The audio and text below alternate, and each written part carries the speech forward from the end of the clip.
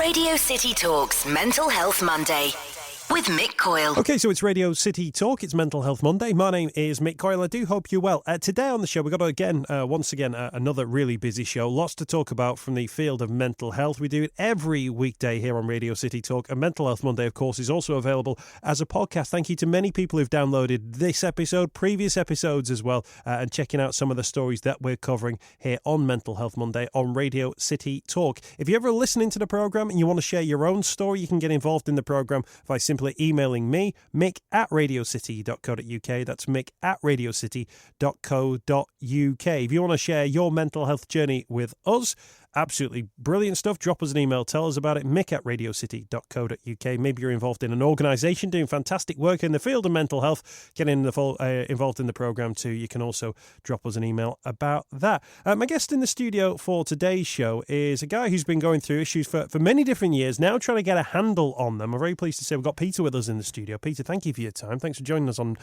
Mental Health Monday. Really appreciate you coming in to share your story. It's fair to say that you're very much in the middle of your journey from a mental health point of view. Just tell us how old you are now, Peter. I'm 36. And at what point did you, in your life, start to believe that you might have potential issues that might be related to your mental health? It was when I was about 10.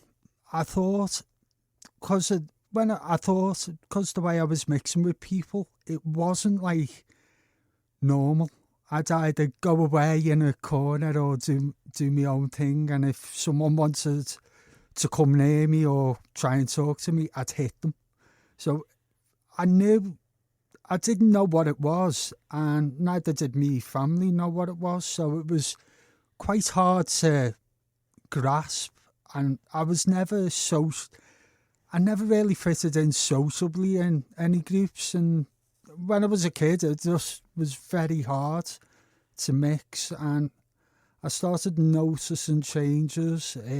As well, round about that age, I had epilepsy, so I used to suffer a lot with fits, and my family kept moving around, so I didn't know how to mix with people very well.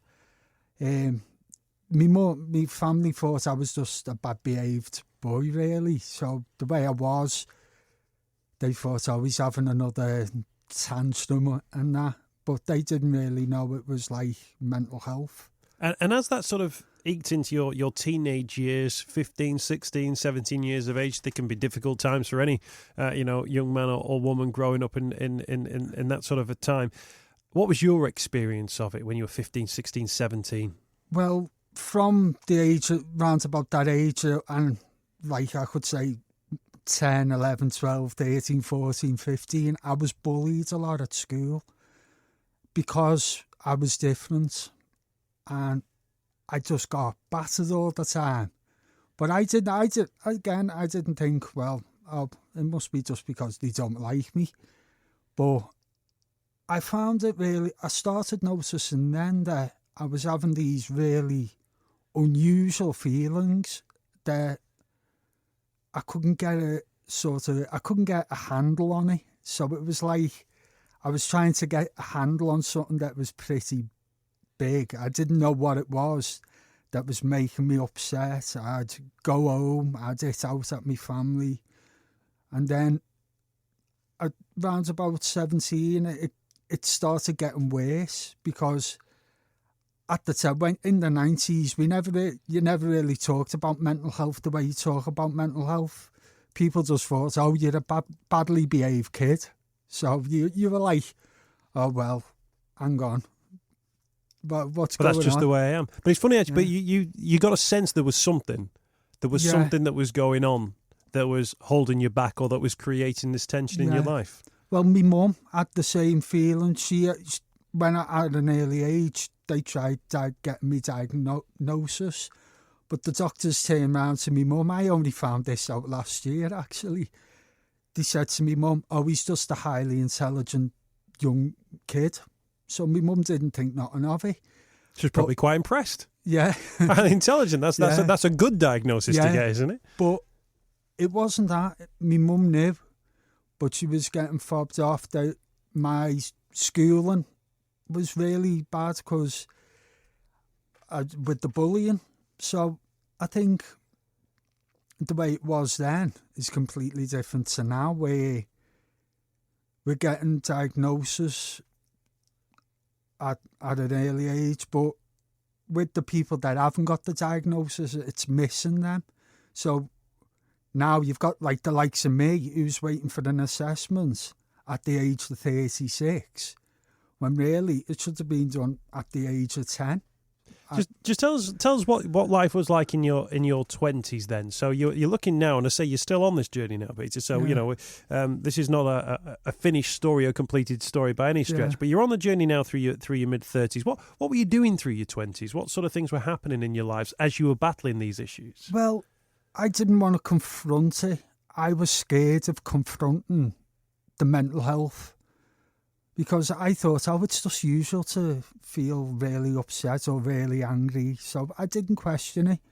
So I was doing what every 20-year-old did, going out the pub. But as well, I was, because of like my family issues, because of my temper to get really, really violent. My mum and dad couldn't handle it, so I was homeless. So I was always like dossing around people's couches and that. And it wasn't my mum and dad's fault. It was just that at the time we didn't know about they didn't know about the mental health, and neither did I. So, but within that, I always said to myself, when I left school, I wanted to make friends. So I was always going out, meeting people, and just having a sociable life. But I always had at the back of my mind that I've got these issues, so I need to address them at some point. How would you describe those issues? Was there had you turned them into a phrase? People talk about the black dog, or people feel like they got a black cloud hanging over them. Had you come to terms with those feelings and sort of categorised them at all? What I used to do, because I'd found, like, when I was bullied, I found like ways of like. So I'd get very creative. So I'd sit down and I'd visualise something bad and I'd draw it. Or I'd say, well, your life's going to only get better. I'd say, like, my life's only going to get better at this point. So I had like a positive thing, sort of thing I'd done, like it was art. And then I've got into poetry. But at the age of 15, that's when I met George. And when you meet someone, you think, hang on a minute, like, I met George when I was in school. I was going through a tough time with bullying. And I said to me, PSC teacher, she went, what do you want to do for work experience? So I went, I wouldn't mind doing drama or theatre. So I met George. And when you think of a drama tutor, you think, he's about 18 now. He'll be around my age. And then the first time I saw George, I looked and I was in shock. I was going, how can this 40-year-old tell me what drama it is? And that. But with that, I felt more comfortable around him than I did my own teachers, even when we first met. And it was like, I don't know, it just really... He pushed me to find out about art and things where I go, art? What's art? Who's like Picasso, and all that. So that gave me a different outlay where I could have went down drugs, I could have went down, probably with my temper, I would probably be in prison. But because I met George at that particular time in my life, it gave me a different direction. For people who don't know, so George McCain, very familiar figure here on Radio City Talk. We speak to him very regularly. Runs Yellowhouse, which is a centre which works with young people and older people, and has done for many, many years through Liverpool City Centre. Now, you just said the most incredible thing. You said George McCain stopped you from killing somebody. So Yeah. you had anger issues, and do you think your anger issues, if you hadn't have been introduced to a new way of thinking about things from an arts point of view, a drama, creative point of view, that your life would have gone in a direction which would have led you down some very, very dark and violent pathways? Yeah, because I didn't know about my mental health at the time. I always felt everyone was against me, and plus as well with the bullying, it was like a barrier I put up. So anyone would challenge me, and I would go at either, but I would be very physical and violent. But then when I met George and we saw that, when I saw I could do different things, I could be like creative, that was when I went, yeah, this is a new route. So I carried on, but I still didn't address the issues that were in my head. So I was in Yellowhouse, and it just looked like this place where you go, wow, there was pictures everywhere. And I remember the first time we were in a place in Bootle called Goddard Hall, and they were doing a performance, and I was the new kid, and you're in a group of 40 to 50 people, and you're like, oh my God, it's very nerve-wracking. But everyone made me feel welcome. And then I developed when my mates would knock, what are you doing on Monday? I go, oh, I'm going here. And they go, oh, all right. But I felt comfortable, and I felt it was a place where I could develop.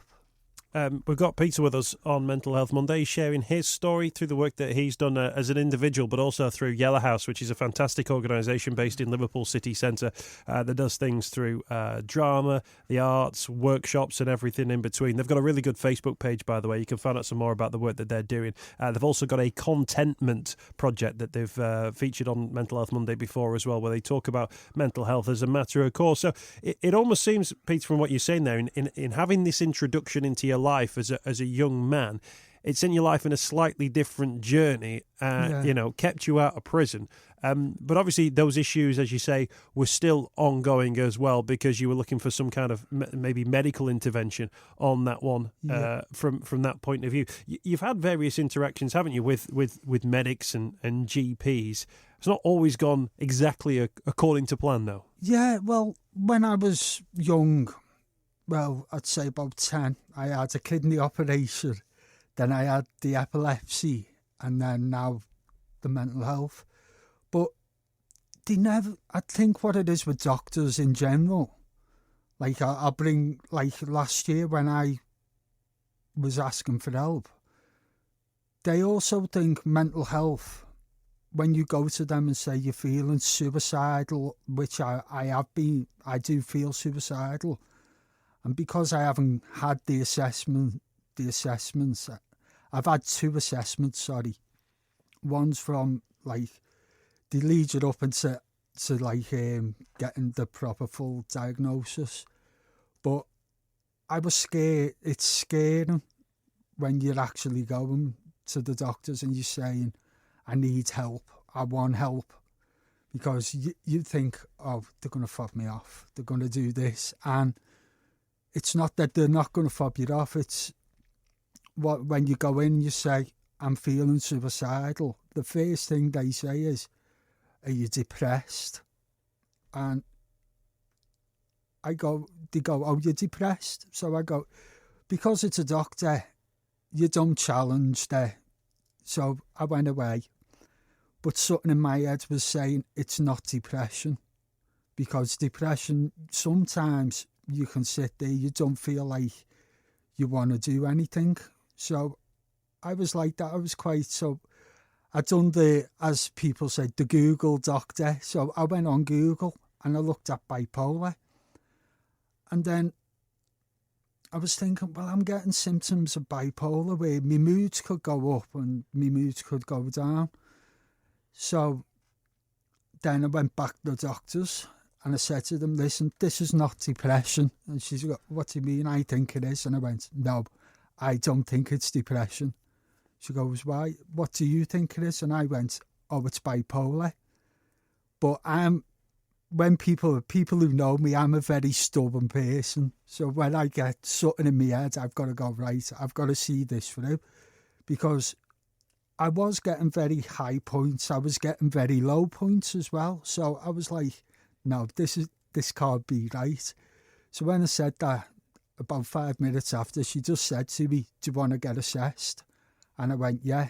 So I remember the first assessment, they were asking me questions and they were saying, well, I always remember this one question. She goes, what would you do if there's two parents outside the car talking and they left the baby out of the baby seat? And I just turned around and I'd go and punch the parents. And then realised what I said. And I went, oh, hang on. She went, can I change my answer? Yeah. So, but as well, when we went for my dad come with me, and I was a bit hesitant with my dad coming with me.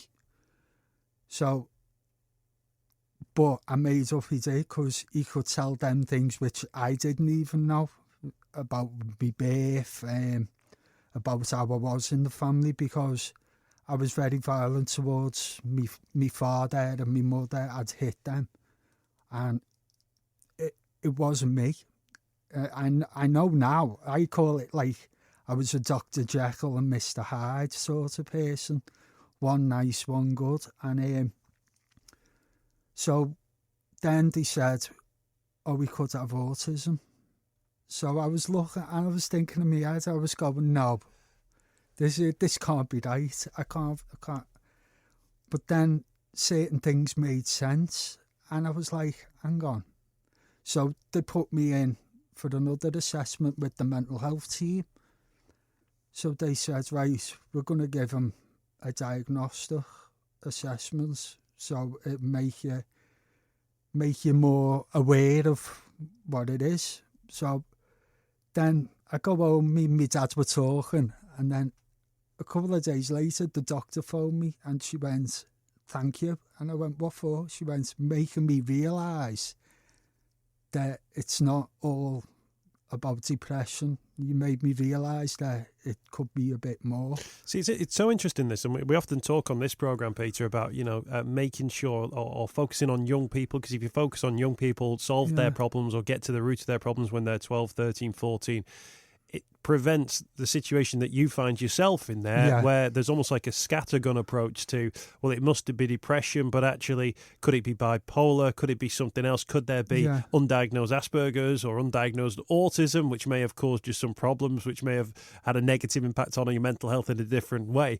I wonder if actually you're a great example of somebody who, in looking for help or failing to get help or a sign of help when you were very, very young, that you find yourself now as a guy in his mid-30s still looking for the answers. Yeah, I think when we're looking at it now, there's people who are looking at diagnosis, and I was looking at a document by the National Autistic Society.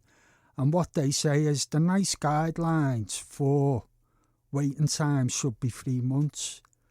But I think it was yesterday in Parliament, they had a debate on autistic diagnostic waiting times. And that come up. But I've been waiting over a year for mine. And there's been people who were waiting over children, the estimated time is 3 years. And adults, it's 5 years. So what do we do in between them? Do we leave them on the scrap pile, or do we try and help them in a different way? So I think personally we should try and help them while they're waiting. Because if you can say to someone, well, you're not on your own, it happened to me, then... And if you can give some people positive, outcomes of how you've dealt with it, because I've dealt with it through art, poetry, even going into schools with George and the Yellowhouse, saying, well, this is my story. This is how you don't have to be on your own. You can deal with your situation. But it's some people don't want to talk. I've got friends who have got schizophrenia who are actually quite scared of how they're getting treated as well. So, but they're coming to me and saying, I don't like the way this person's treating me. And I'm going, well, you could do this. And then I'm realising, and we sometimes we laugh. I go, well, I've got a mental health, and I'm going. So sometimes I'll take it in my head, well, hang on a minute. And then I'm realising they're coming to me because I'm willing to talk openly about it. And then what we've got now is I'm working with George on the Contentment Project. And what I've said to George is, with politicians, people who are saying they're working in mental health, then we want to, well, me and George have said we want to hold them accountable for saying that they're working with people in mental health. Because it ends up with cases like myself where, like last year, I was feeling suicidal and I did want to kill myself. But then you've got like the likes of MPs who are saying, well, we're working with people with mental health. We're doing this, this and this. And they're getting away with it because they're not doing what they're saying that they're working with. And if someone can hold them accountable and say, well, we need people with mental health need help and support to talk about their issues, because I'm lucky in the respect that I've got good friends around me who know, because I have been open about my experiences and my mental health. Some of them have known me for a long time and I've known, but when I've spoken about it, they've been very supportive. And like George and the Yellowhouse, where now I'm working on the Contentment Project, it's going to like be a big, wide thing what we do. Peter, you touched on the idea that feeling suicidal was still an issue that you were dealing with. Those lows. Is there anything that triggers those moments?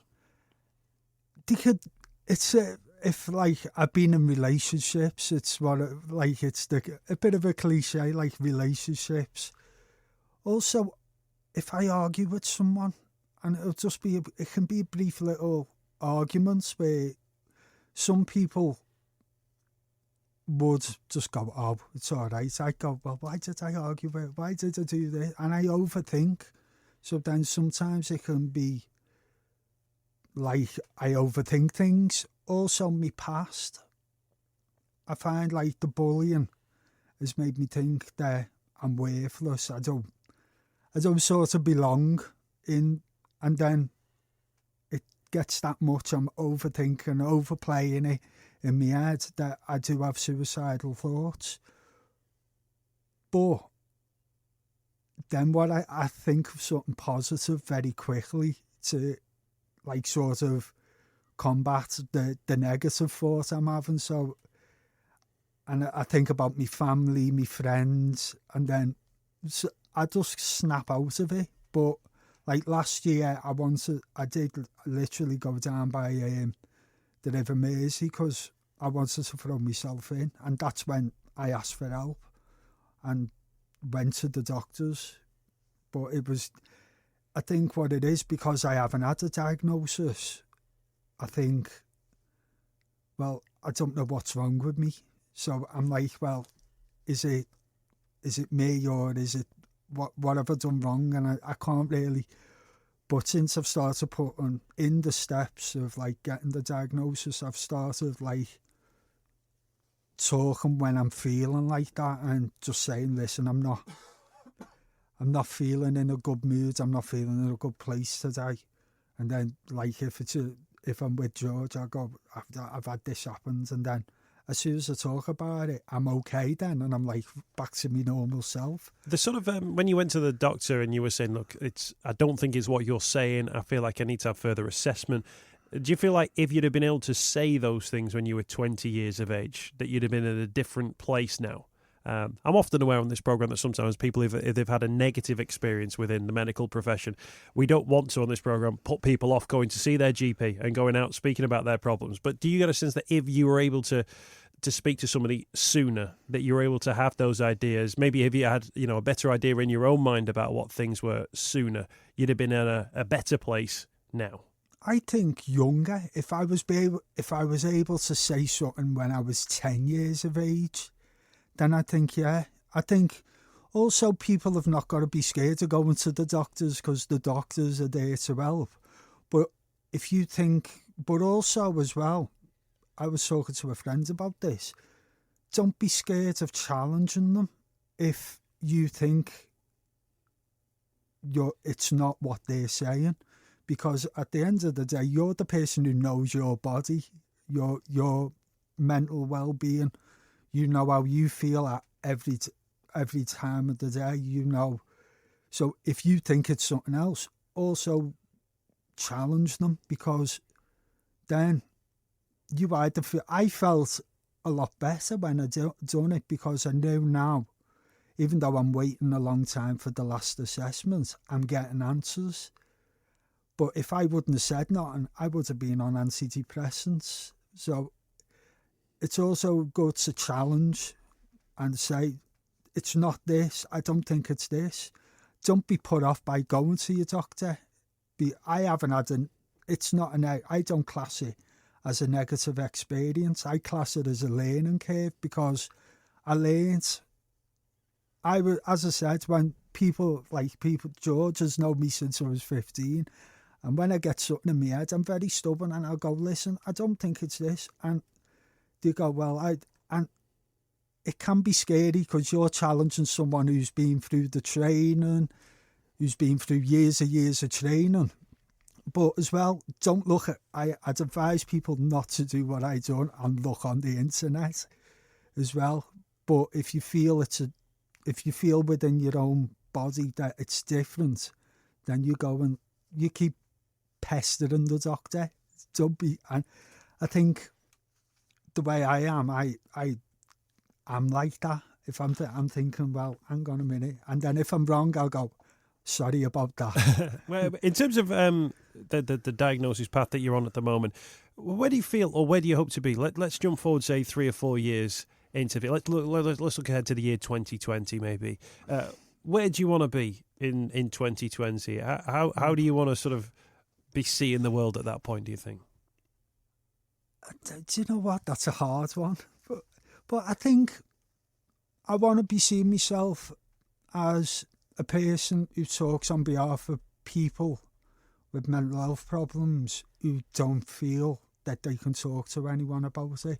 I feel even to be like a spokesperson for people who can't speak or don't feel that they have a voice. That's where I see myself going, and also not to be scared to say you have a mental health problem, because you know what men are like. Men are the worst for it, because I think the very stereotypical, the lady stays at home, does all the man goes and works. So if the man comes home, he's like, well, I'm not going to say how I'm feeling. I'll just say I'm all right. And then the woman goes, how are you, love? He goes, oh, I'm okay. And then goes into a room on his own and starts crying. And I think I want more men to open up about the feelings and about the mental health. I was in a pub, and a friend, a lad I know, he's self-harmed, and he was telling me his story. Then someone I know who was in the army, he was saying he suffered with mental health problems. So a lot of people come up to me and talk to me, and I'm going, I'm only having a pint, or I'm only having a drink. But I feel honoured that they are coming up to me, and it's all lads. And it's all lads. I used to think, wow, you're a little tough guy. And then when I asked, because I saw it, and I'm not the very discreetest bit, I go, what's that on your arm? And then when I saw it, he told me. But I think that's what I want to do. I want to make sure that people are not scared to talk about it. Plus, I left school with no GCSEs as well. And the best thing I done was for a distraction for myself, I went back to college to get qualifications. Like this year, I've just finished, well, I passed the mentoring course. So what I'm going to do with that, I'm going to mentor people with mental health problems, because I think it's needed. Even if like they're going through the diagnosis and they've got to wait, then I want to be able to go, well, I can help you. I've been there and I've done that. Peter, I think that's a fantastic plan. We'll see you again in 2020. We'll have a catch up as well. Thank you for sharing your story today on the programme. Really appreciate it, and thank you for sharing your story in terms of where you're up to at the moment. But it's fantastic to hear that, you know, once you go through, once you continue along your own journey, you want to sort of turn it back in on itself and help other people and talk about it in the way that you have talked about it. Hopefully, maybe by talking about it today on the programme, that'll give people an insight into their own experiences. Maybe some of the things that they're experiencing as well will echo with some of the things and chimes with some of the things that you've been saying. But we wish you all the best. What we'll do is we'll point people in the direction of the Yellowhouse. If you type in Yellowhouse Liverpool into any search engine, the organisation comes up. George McCain has been mentioned many times on this particular programme. He does some fantastic work with people in Liverpool, but various different organisations right around the country. In Yellowhouse at the moment, they have the Contentment Project as well, which is a mental health project where they get together and they discuss mental health and talk about it in many different ways. Peter, thanks for your time. Thanks for joining us on Mental Health Monday. Welcome. Thanks. Mental Health Monday on Radio City Talk. Tackling the stigma.